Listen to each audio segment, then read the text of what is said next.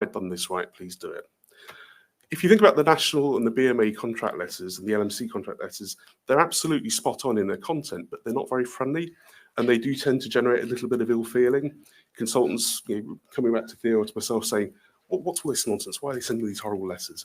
But actually, the 5 asks letter we do is just a reflection of what the 5 asks are.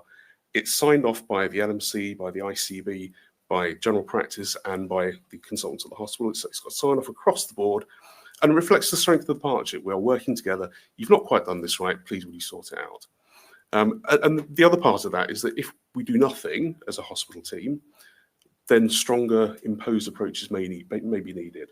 And so there is an active ask for the consultants to do this properly and for their resident officers to do it properly. And what happened is that once we'd refined the letter, and I think we went through 19 iterations of the letter to try and make sure it was sensitive enough, the hospital then spent 3 weeks cascading that down to all their teams. Thea and her colleagues did a great job of that, and then we implemented it in, I believe it was November. So we now have a really quick and easy mechanism where I can hit F12 on my, we have an IT solution called F12 locally, where if I hit F12 on my keyboard, it brings up lots of referral forms and pathways and data. And one of those is the 5 ask letter, which pre-populates with patient details. I just put in a couple of lines about what's gone wrong, and then it gets emailed off to the hospital.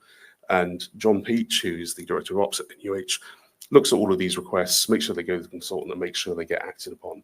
And since November, I think it's now just over 400 5 ask letters have been sent, and the vast majority of those have been resolved by the hospital.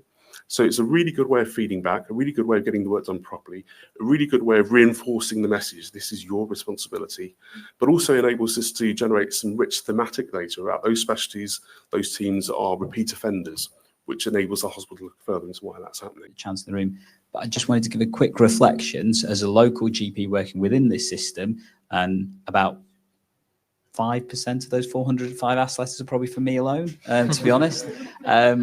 It works. We know. He knows, but it works. Out of the response I've sent, every single response I've had has come back within a week or two. So that time frame is really important. And been supportive of the patients and been really effective. It's not always perfect, but it works so much better, I think, than what it used to be.